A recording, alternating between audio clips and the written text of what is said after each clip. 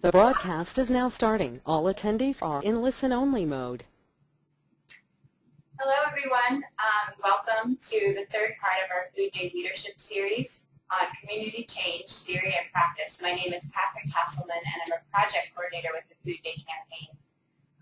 Please type in questions in the question box as we go along, and if you're unable to hear me at any point, also feel free to type in a question, and I will try to speak louder and adjust the volume. So this call today will be recorded, and we will be sending out a link to everyone who registered. As I said, this is the third part in our Food Day Leadership Series. We've had several other presentations, but we're excited to have some distinguished speakers today, and I'll move forward to the agenda for this call. But first, quickly, just for those of you who might not be familiar with the webinar platform, please go ahead and type any questions or comments into the dashboard.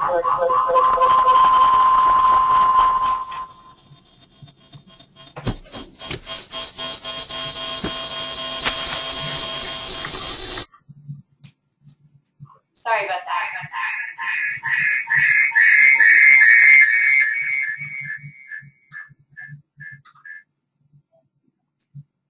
So please go ahead and type in any questions into the dashboard, and we'll address them at the end of the presentation.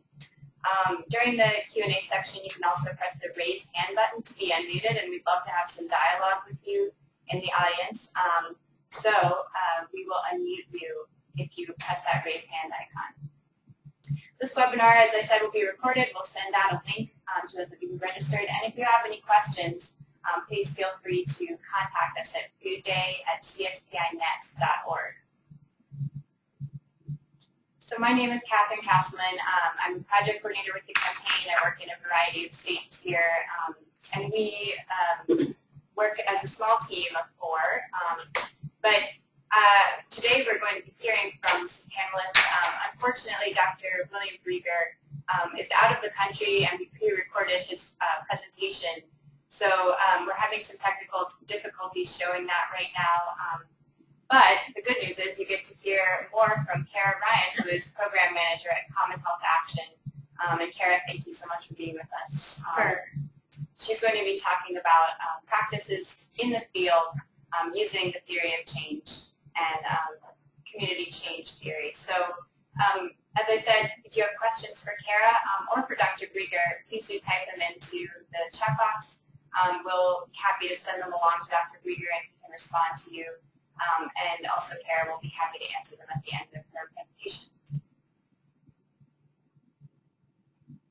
To recap our Food Day Leadership Series, on March 20th at 2 p.m. Eastern, we had a Policy Advocacy 101 webinar with the California Center for Public Health Advocacy and with Nutrition Policy Associate from CSPI. On April 17th, Michael Dimmick from Roots of Change talked to us about building coalitions. And this time we will be talking about community change theory and practice.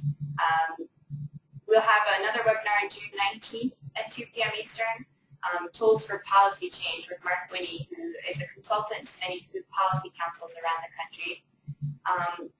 And then on July 17th at 2 p.m. Eastern, Making Your Point to the Media with Professor George Lakoff and the Berkeley Media Studies Group. So at this point, I am going to go ahead and let Kara Ryan start her presentation. And we're very glad that she's here today. So Kara, I will hand it over to you now. Thank you. Thank you so much. Good afternoon, everyone. Thank you to Catherine, Center for Science and the Public Interest, and the Food Day team for inviting Common Health Action to be here today. And I have had a chance to get a sneak preview of Dr. Brieger's slides, so definitely encourage you to view the recording when it's sent out. It's very cool and has a lot of good ideas for how we can apply theory to the work that we do on the ground and have an even bigger impact. So let me just talk a little bit about what I'll go over today. I'm going to start with the why. So why is it that we do what we do to create change in communities? Move to the how. I'm not going to spend a ton of time on this, but just talk about the theory that guides our work and how we translate that into the practice, which is really the what, where, when when we're talking about making that theory a reality on the ground, and some of the lessons that we've learned by doing this work directly in communities. So let me start with the why, because it's really important to have an idea of that vision for what we're trying to accomplish when we're going out to create this change in communities, right? So health is clearly important to our ability to thrive, have good quality of life, and be happy. So I wanted to start out by talking about how we usually think about health. So I'm going to ask you all to take a couple of seconds and think about your own health. Think about what the images that pop up in your mind when you think about your health. And chances are you're thinking about two things primarily, your biology and your behaviors. So let me use myself as an example here. By biology, I'm talking about your genetics, the things that we inherit from our families, right? Here's a picture of me and my 99-year-old grandmother. Her name is Cecilia, and this is a picture from February where we both had our birthdays. Hopefully I've inherited her longevity, right? I also know that I have, in my family history, my mother has glaucoma. She also has some high blood pressure, so I need to be thinking about that in terms of my biology when I think about health. We also tend to think about our health behaviors. So whether we're eating right, whether we're exercising, whether we're avoiding the risky behavior that can lead to greater risk for disease. So here's a picture of a salad that I created. Yes, I'm guilty of taking pictures of my food. And I put this up here because I take a lot of extra time and effort to try to seek out healthy eating. I eat a lot of fruits and veggies, a lot of leafy stuff. I occasionally try to buy organic when I can. So this is an example of my healthy behaviors, right? I don't do as well when it comes to going to the gym every day, but I'm trying. So I say this because we do tend to think about our health in this way, biology and behaviors in a very individual perspective. But when we do that, we set up this dynamic where any difference between your health and my health seems to be a matter of control, right? If we can control our behaviors, then it's really up to personal responsibility on whether there's any differences between health between folks. But it's not the whole story. A few years back, some researchers made an attempt to quantify how much different factors were attributable to the early death in this country. So let's hear about what they have to say. I want to start with the genetics piece. So these researchers determined that they estimated that your genetics contributes about 20% toward all the early death in America. This makes sense, right? We just heard about yesterday about how Angelina Jolie opted for a double mastectomy because she found out that she had the mutation for the breast cancer gene. So this is obviously a very powerful factor, but it's not the whole story. What might surprise some people on this webinar today is that the researchers estimate that access to medical care accounts for only about 10% of early death. And this is not to understate the importance of healthcare. I was an advocate for healthcare reform. I think everyone deserves equal access to high-quality services. But what this tells you is even if we all had universal access to high-quality care, there's something else going on in our society that contributes to early death and disease. And that's really that last box, that 70% of the factors that lead to early death, those individual health behaviors that we just talked about, but also the environment in which those choices are made. So what do I mean by that? We don't make our individual decisions in a vacuum, right? We make them in our communities where we live, work, pray, play, and there are social, economic, and environmental factors called the determinants of health that really set the stage and create the conditions for health. So housing, transportation, education, employment, all of those things, again, set the stage to make those choices about your health behaviors easier or harder. So let me go back to my salad. I talked about the fact that I try to, eat healthy green vegetables a lot and fruits. It's pretty easy for me to do so. I've got a car, and I live about 2 miles away from the grocery store, so I can load up. I have the means to be able to afford produce every day. I have a job that allows me the spare time to prepare that food in a healthy way. So it's not that difficult for me to make that healthy choice around my diet. Now I want to take, for example, my neighbor. This is a true story. She has some problems with her car, so she doesn't always have reliable transportation. So you talk about the same thing, about the ability to make her healthy choices about her diet.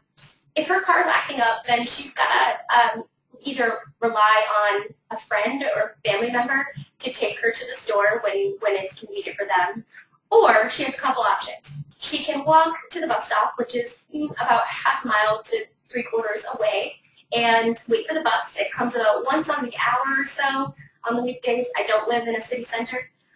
Or less frequently than that on the weekends. She also has the option to walk, right? If she were to walk, she would have to deal with Route 1. So Route 1 is a main thoroughfare in my part of town where it's pretty much a 6-lane, almost highway. It's got the occasional sidewalk that disappears into nothing. It's got few and far between crosswalks.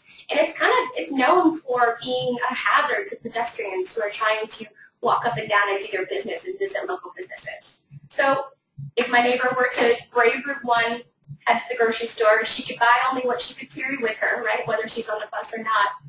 And she probably doesn't want to go through that whole thing a whole bunch of times very frequently because it's a lot of extra time and effort. So she's probably not going to buy a lot of food that spoils quickly. So it's a lot harder for her to make those healthy choices. And that's only taking one of the determinants of health using transportation. Once you start to layer on other issues, such as income, then you really start to see how these choices are very much set in an environment, in a community context that you need to think about. So that's not to say that individual choices are not important, it's just not the whole story. So Common Health Action, we view health in this way as a social phenomenon. And we work with communities and organizations so that we can create the conditions for equal opportunity for everyone to achieve their optimal health. We're a national public health nonprofit. We're based in Washington, D.C., and we have an office in Jackson, Mississippi, a presence in Atlanta, Georgia, and Richmond, Virginia, and soon to be in Prince George's County, Maryland. We're about to hit our 10-year birthday next year. We're really excited about it. And we work with, as I said, communities all across the country to create health equity. I want to say a couple things what makes Common Health Action different about our approach. The first is that when we take very seriously the concept of engaging in communities authentically and respectfully, and we say we do no harm.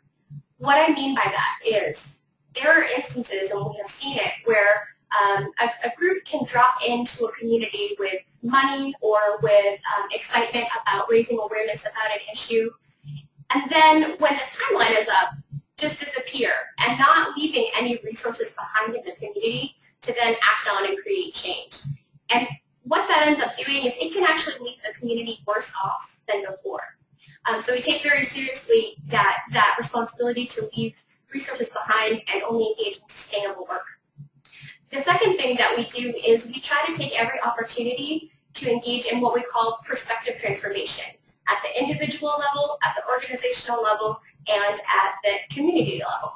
And what I mean by that is just that when it's a new way of looking at the world. So hopefully in the conversation that we just had about the fact that there are these systematic structures called the determinants of health that impact our health, hopefully you can't go back to thinking about your health only in terms of the individual biology and behaviors that make up. If we know that our perspective has to shift to include all these other factors that are setting the stage for our health, right? That's an example of perspective transformation, and it needs to be done with our leaders, with our organizations, and in communities. So we try to provide those opportunities whenever we can. Now, moving on to the how we do what we do. We talked about the why, so how we do it. And this model, you'll be able to see when you looked at Dr. Grieger's presentation. It is similar to the ones that he will go over. It has a little less detail than those that he presented. But I want to first, I don't want to spend a lot of time on this, but I do want to talk about the different stages that we use to guide our work. So first off is this idea that you need to create awareness in the community, and it's foundational. And this might seem obvious, but it's actually really important. And let me tell a story why. A few years back, before the child obesity issue really hit its tipping point and folks were really aware in the public conversation about the problem of child obesity, Common Health Action was talking to folks in, I believe it was in Maryland, and talking to residents about, what are some different policies that can be supported at the local level that can, deal with this challenge of child obesity in the community. And folks were just not really having it. They were not interested because they didn't see obesity as an issue that connected to them as their real issue. They were more concerned about safety in their neighborhoods. They wanted a stoplight at such and such a street. And why, if we hadn't taken a step back and continued to work on building that foundational awareness, and we tried to go through and sort of forge through and form a group and start engaging and start checking it, we wouldn't have gotten anywhere. So it's really important that you have a strong foundational awareness in the community when you're trying to create change. Often what happens is you have an event that acts as kind of a crisis that is the trigger for the awareness. So for example, if I'm in a neighborhood and the city announces it's going to site a bus depot next to my neighborhood, all of a sudden then that creates something that people are now aware of and people want to react to. And it can lead as a trigger to this next stage of cohesion. Cohesion is all about identity and relationship. So maybe before that bus depot announcement, I might have lived in my neighborhood. I might not have talked to my neighbors a whole bunch. I might not have identified as the such and such a block. I wasn't having regular meetings. We weren't having real conversations other than, hey, nice dog, type of thing. But once we had that bus depot issue to react to, all of a sudden it creates this cohesion around all the people who will be affected by this policy decision. That's one example of cohesion. And what we've found on the ground is, even though awareness here is leading into the cohesion piece, these two stages really kind of happen often hand in hand or simultaneously. And there are cases in which you find the cohesion come first, okay? So this might be a fact that you have a neighborhood with a really strong identity, and they get around and they have movie nights, and they talk to each other about the issues, but they're not activated around any sort of awareness around the issue that you want to target for change. So keep in mind that these two pieces are the really foundational pieces that you need before you try to start to do any engagement at all. Moving on to the engagement piece, this is a really hard step. This is where we try to get the input and buy-in and participation from community residents, and it's really important that you have the participation from the people who are affected most by the issue that you're trying to change. This takes a lot longer than you expect. Probably if you set a timeline for your engagement stage, you should probably double it or triple it, because it will always take longer than you think. You will probably, one of the things that is helpful to do when you're in this stage and reaching out to your partners to try to get people on board is to look at the gatekeepers in the community. And by that, I mean the people who have the trust and the power and who people listen to. So that could be an activist in the community that's not really working on your issue. They might be working on environment issues when you want to talk about food security. But bringing that person in and along will go a long way to getting buy-in from other folks. Same with, could be just an elder in the community that has a lot of respect and power.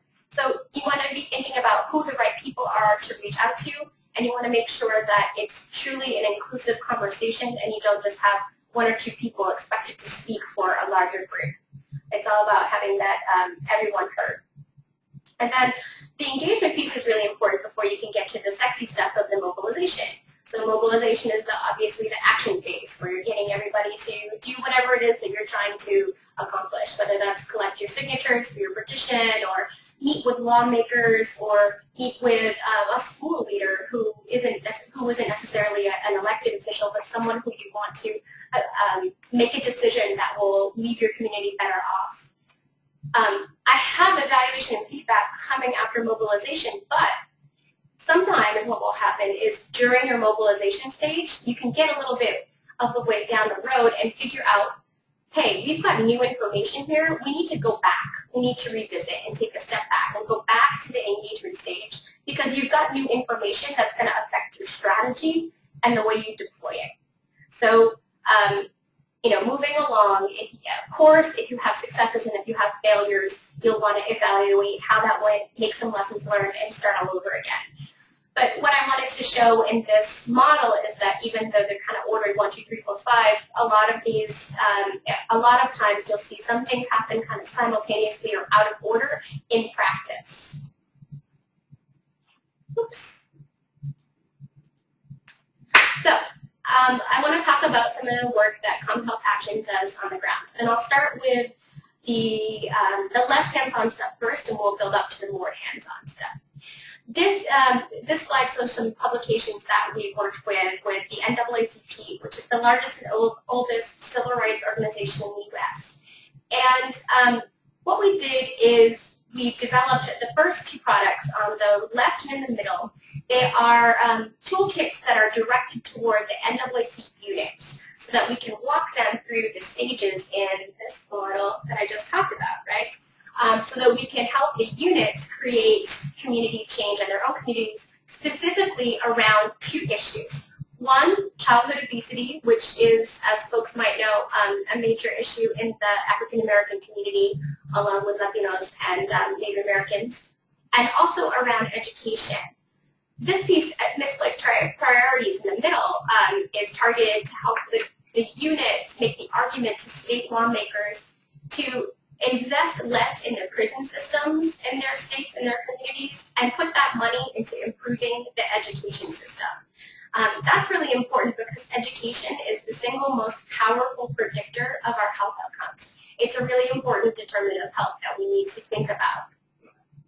Finally, this last picture on the right is called The Black Church and HIV, the Social Justice Imperative. This is a slightly different audience. This has to do with the NAACP's relationship with the faith community. And that's about the perspective transformation that I talked about. So this is really about building that awareness and cohesion phase, talking about HIV and AIDS not as a disease or a sin, but as a social justice issue that the church leaders should be engaging in and mobilizing on.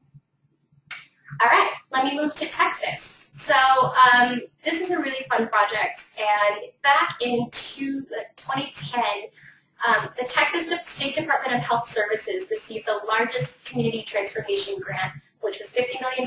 And for folks who aren't familiar with that program, community transformation grants were authorized by the Affordable Care Act, healthcare reform, and they invest in community-based solutions that use a systems change approach to change health in a couple different areas, right? And I won't go into too much detail. But what Texas did is then turn around and sub-granted that money out to 18 organizations representing 30 counties across Texas. And their counties are predominantly border, rural, or frontier. And for folks who don't know what frontier is, because I didn't before I started this project, that's fewer than 6 people per square mile. So very isolated.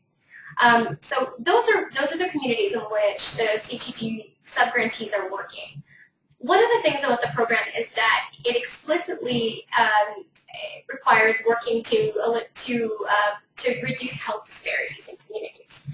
And what the state was finding, the State Department of Health Services, was that the subgrantees were having a lot of trouble with operationalizing health disparities. Didn't really understand what it meant in theory, but more in practice. How could they actually integrate this into their work on the ground? So they asked Common Health Action to develop a health equity curriculum and training that not only gave that perspective transformation that I talked about health equity and the determinants of health, but then to take that and offer some serious tools and resources to make concrete how the grantees could then apply that to their work. So we're excited about this. It's a 2-day curriculum. It's pretty interactive. And we're going around to each of those 18 organizations and delivering this workshop. And at the end of the day, well, 2 days, each of the folks in the room will be able to create an equity objective and equity activities that they insert into their work plans that they use to guide their work with the State Department of Health Services and the CDC. The one other thing I wanted to say about this is clearly it's building the awareness and cohesion pieces around the work that they're doing, the Healthy Texas work that they're doing. It can also help to serve as an engagement piece, and this is how.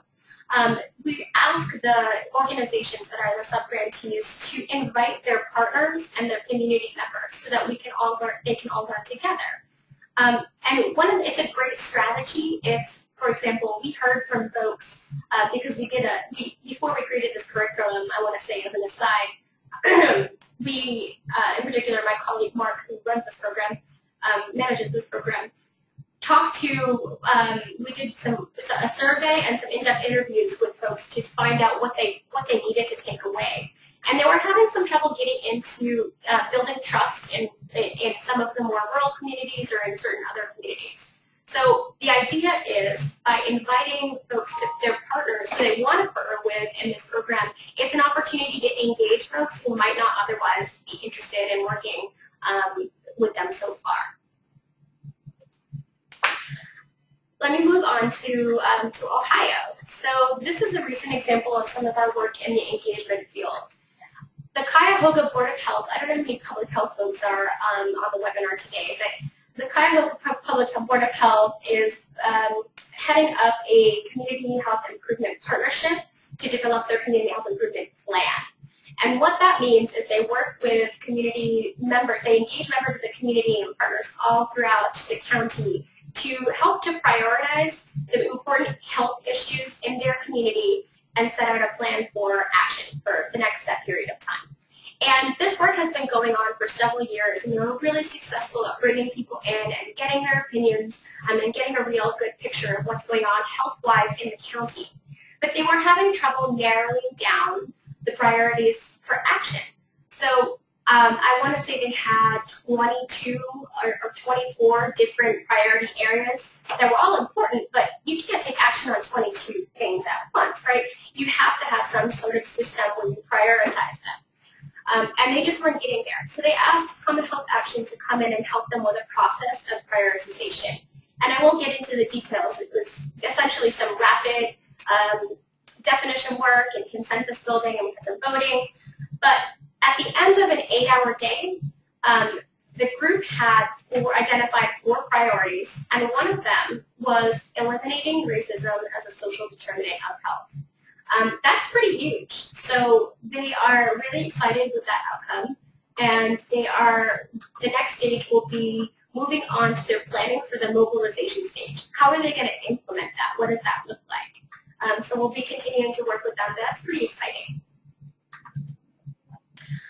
This one, oops, happened my slide here a little bit. So this is I won't go through this slide in detail, but what this is another picture of how we operationalize community engagement and capacity building. So Common Health Action is the technical assistance provider to the nearly 50 grantees with the W.K. Kellogg Foundation in the state of Mississippi. And we are charged with helping them create collective impact. So, magnify their outcomes for kids and families in the state of Mississippi. And I want to give an example of a collaborative as a tool of community engagement, even though you might think of it as a tool to build awareness for cohesion. In Sunflower County, there were some issues with schools, and I mean, some of their schools were not even functional to the point where the bathrooms were not functional, and children were leaving in the middle of the day to use the facilities, to say nothing of the educational outcomes that they were seeing. So the schools are now under conservatorship, and everybody in the community is well aware that this issue around the education in their county is what it is, and there's a lot of desire for action. There already is a sense of cohesiveness if you think about residents who of Sunflower County and the parents at these schools who are concerned about their children. But there wasn't a mechanism for them to engage for change. So Common Health Action helped them form a collaborative where they then engage members of the community, and I mean parents, of course, and teachers, but also the mayor is a member of the collaborative, and they meet with the conservator regularly to be able to set out their plan of action for creating change. So this is sort of where we are in the continuum. We started out as reacting to that crisis on the left-hand side, and we're moving on to that red dot, developing the plan of action so that we can move on to mobilization. And then finally, let's stay in Mississippi here for a second because this is pretty fun. I'm excited to talk about this in particular because it ties into Food Day, which I know so many of you are engaging in for the third year. Is it the third? Yeah, so pretty exciting. I want to talk about the Mississippi Place Matters teams. Place Matters is an initiative of the Joint Center for Political and Economic Studies. They're based here in DC, and Common Health Action was a original partner from the inception with Place Matters, and we helped to develop learning experiences for the Place Matters community on place-based health equity work. So tying in all those determinants that we talked about earlier and creating conditions for good health. 2 of the 16 teams are in Mississippi. The Mid-Delta, which is Coahoma County, Washington, Quitman, and Sunflower, and South Delta, which is Sharkey and Issaquah County. And they have been doing work for several years, and they kind of had some mixed results, right? They weren't seeing the change, all of the change that they wanted to see. And a lot of that is due to the fact that, these folks have day jobs. They are elected officials. They are business leaders. They are, leaders in schools and hospitals, and this is a lot of their volunteer activity. But also, they realized they've been doing this work for a while, and they needed to refresh. They needed to go back to the foundations of that model that we were talking about earlier and start to really build the awareness and the cohesion in their community that they wanted to see in order to effectively engage and mobilize for systems change. So they decided that they could use Food Day as a perfect way to do this work. Both the South and Mid-Delta teams focus on childhood obesity from a place-based perspective. And they have the place-based work that they do is great because there's a very strong sense of identity in the Delta, from coming from the Delta and being prideful about coming from the Delta and growing up in Mississippi. So they have that cohesion in place, and it's just about activating that sense of awareness and engagement.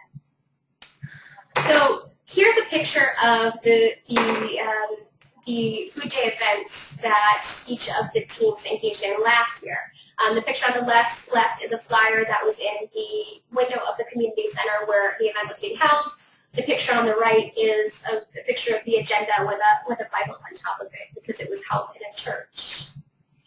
Let me talk first about the Mid-Mississippi team. The Mid-Mississippi event engaged some trusted messengers to get their word out, and they chose to go with the church. So on the left, you have Ms. Leila Keys, who is the team lead for the Mid-Mississippi Place Matters team, who is giving some remarks on how access to food in the Delta is a social justice issue. So building, again, that awareness, that sense of cohesion so that you can lay the groundwork for engagement down the line. Then you see the pastor who's giving a really great sermon about tying those issues of justice around nutrition and access to foods to the congregation. This next slide is the South Delta team, who also had a community event, and I'll say that both the Mid-Delta team and the South Delta team had a screening of the documentary, part of the documentary, Weight of the Nation, in order to tie in and start to build some of that awareness, showing the sections that tie into some of those upstream factors around access to food and the implications. What the South Delta team did, and you can see the upper picture is a team member, his name is Butch Eldridge, and he was the MC of the event, and he's introducing his team and setting the stage around access to food and food justice. And then the bottom picture, you see folks watching the film. What they did after they watched the film was they had about half an hour to 45 minutes of community discussion. And some of the suggestions were, well, actually some of the questions were, okay, do you think this is a problem in the South Delta? Yes. Okay, what would you like to see happen? And folks were coming up with ideas like, well, we'd like to have better nutrition education. We'd like to have healthy recipes. We'd like to have a community garden. And even though the ultimate goal of this is systems change, and those are programmatic suggestions, that's absolutely okay. That's actually great because part of getting that community engagement piece is making the connections between the issue that you're trying to raise awareness and get action on and people's everyday lives, why it matters to them. So sometimes it's important to engage in that programmatic work to set the stage for down the line being able to mobilize on a policy level and in systems change. So I just want to close with this cute picture from a young woman at the Red Delta event. She really got the Food Day stickers and the message. So this is a reminder to why we're doing this work, and that's a privilege to be working with these communities. And I'm kind of excited that we have some more time than we expected for questions, because I want to hear about what people are doing in their own communities. So I guess I'll pass it back to Catherine. My contact information is there if you need it. Great, thank you so much, Kara, and I know that I learned a lot, and I'm excited to hear about Commonwealth Action's work.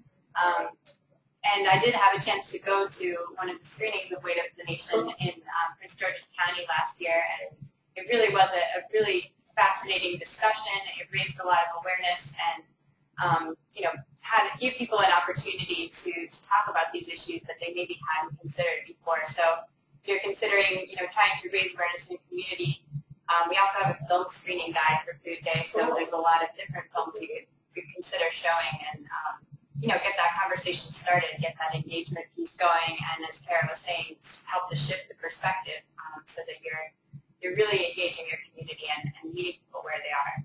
So we have a couple of questions, and I'll move to these, and then, you know, anyone who is interested in introducing themselves, the work that they're doing, or has comments and questions for Kara, we'd love to hear from you. So I had a couple. So let's see. Someone was asking, Sunny Young was asking about the breakdown of the genetics, medical care slide, and the environment slide. So we'll go back to that real quickly, and Kara can do a quick recap of that. Yep. So this was, again, that one. This was the slide that showed the estimated contributions of different factors to early death. So it's 20% estimated to be about genetics, 10% medical care, and the other two are health behaviors, about 50%, and the environment in which they're made, 20%. Okay, so Sunny, hopefully that answered your question. And some others were asking about whether we can share the slides, and if it's all right with Kara, we'll pass these around as a PDF, and people can share them with their own communities. All right, we've had a hand raised here from Naomi Ross. We'd love to hear from you. You're unmuted if you'd like to go ahead and try to speak now. Hi, Naomi. Naomi, if you're there, try unmuting yourself. Your volume, maybe your volume's down. I can kind of hear it. Okay. Well, maybe try typing in instead, and we'll read out what you were thinking of saying. And sorry about the sound there. We'll come back to you, Naomi, if you want to type in your question. Oh, okay. So Ravi Velarde asked, do any of the initiatives you have involved in to get in conflict with other private or governmental interests, and how do you deal with that? So maybe that's a question for Kara, and any experience you've had with these teams on the ground. You know, what are some strategies maybe for, you know, when you come into conflict with private interests or government interests? Sure. So I'll try to answer this question, Ravi, and you can tell me if I have done so. I think what we try to do as a strategy in that engagement phase is to build a broad partnership. So, for example, I know that the Place Matters teams that I talked about, those last slides with those pictures of people at screenings in the churches, I know that they are working very hard to make the place-based health equity argument to members of the decision makers in the government, right, so they can affect system change, but also private interests like business development. Businesses should know that creating a community where better access to resources and where everyone has the ability to has equal opportunity to make those healthy choices is good for economic development and is good to have a healthy workforce. So they're working to try to get local businesses on board and be able to be able to develop those strategies to impact. Trying to think about what I lost my train of thought there. They're working on getting those businesses on board and the awareness stage and the engagement stages, so that when they want to move to the mobilization stage and see change, then you won't run up against that opposition. Yeah, and I think it depends on the scenario too, and what issue you're trying to deal with. But just for another example of someone in our Food Day Network, the Save Bristol Bay Coalition, they've been trying to save the largest wild sockeye salmon fishery in Bristol Bay in Alaska. There's a plan for a mine, the Pebble Mine, that would go over this mine and negatively impact the salmon, which is of concern to consumers who are interested in having wild Alaskan salmon. But one of the things they just did was, knowing that they would get feedback from government interests who were interested in having the mine for their state, they presented a report that showed the economic impacts of the Bristol Bay Coalition and all the fishermen and the people who process the fish, and showing that economic development is a part of their decision to try to stop this mine, showed that it's an important issue for them, and that it's not just about the salmon, it's not just about food, it's not just about a certain number of jobs, it's really the local economy. And it is strategic, right? So to be able to figure out what is moving the different interests and be able to speak to that. So being able to have data on what you're talking about is often important to policymakers. So again, using that Place Matters examples, that initiative has done a lot of, in our work, in our learning community, we've done a lot of work around getting and using data so that you can build a solid case for why health equity is not just a squishy thing, but it's hard-nosed. It's in the interest of our prosperity of our nation to be able to have a healthier community. Absolutely. And we had another question from Blair Loftus, who asked if we could elaborate on how medical care is a factor leading to early death, and maybe that's referring to this slide here.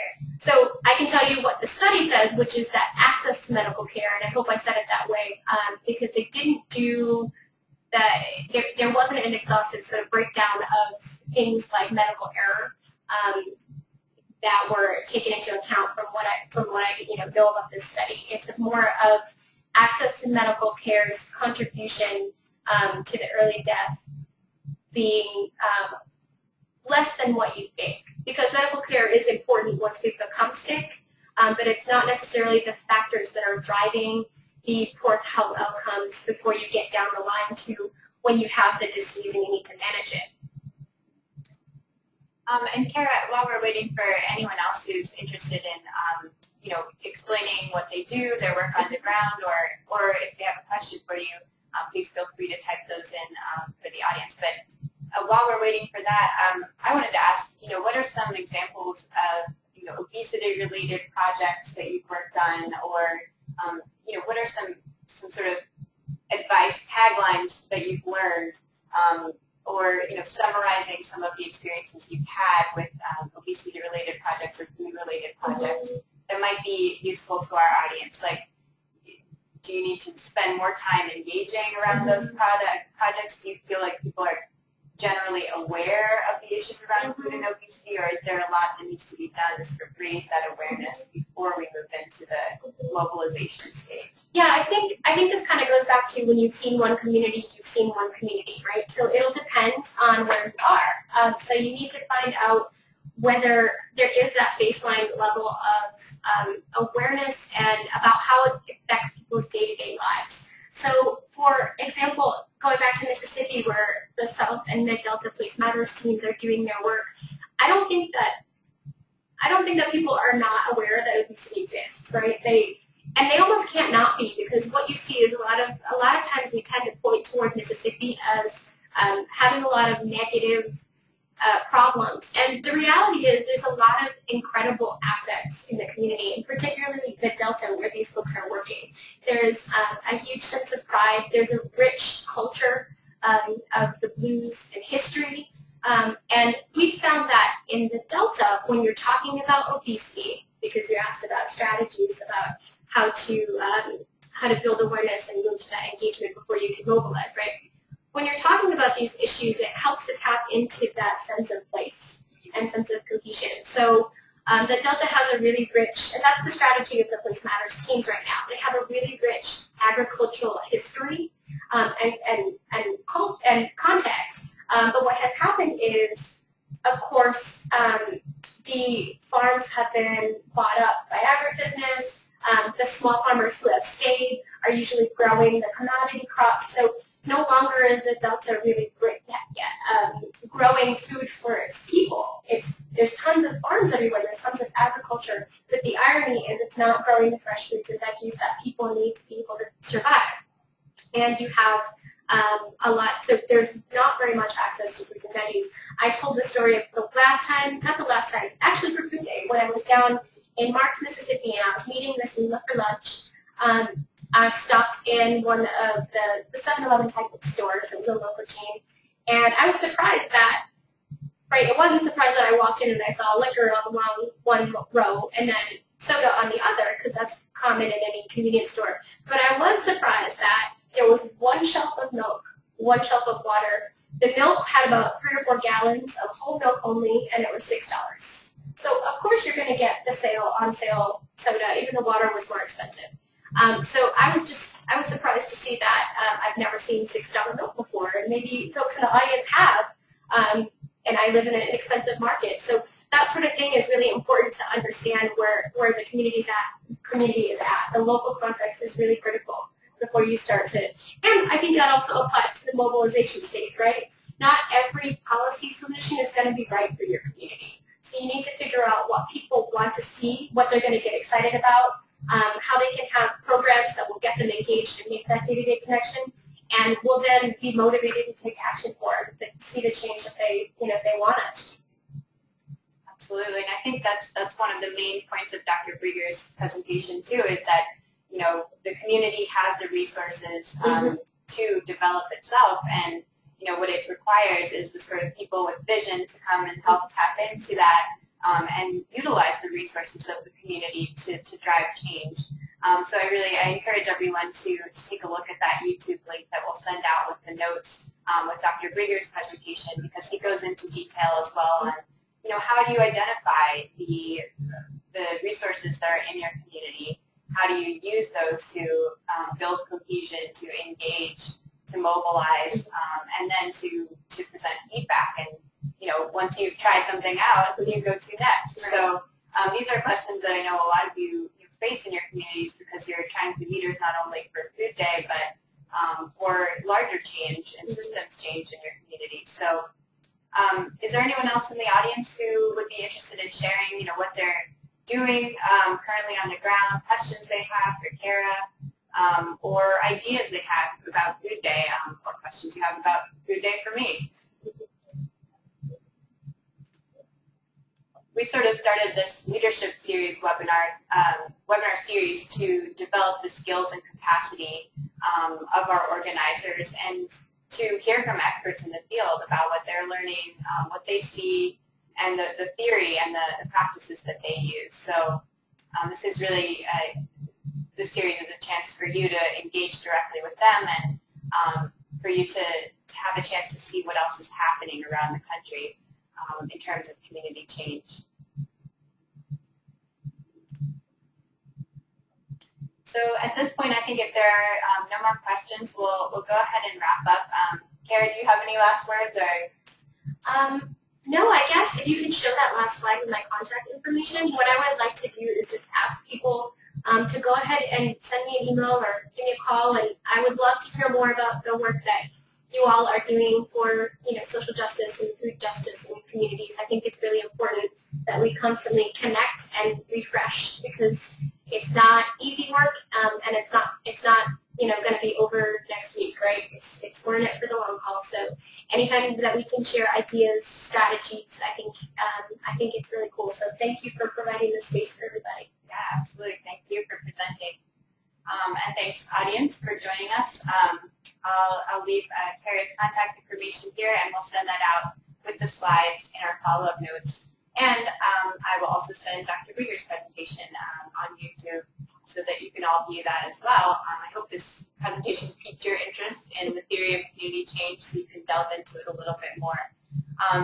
Thanks again, and please join us next month on June 19th for our next Food Day Leadership Series, which will be Tools for Policy Change with Mark Whitty. Thank you again, and have a good afternoon. Thank you.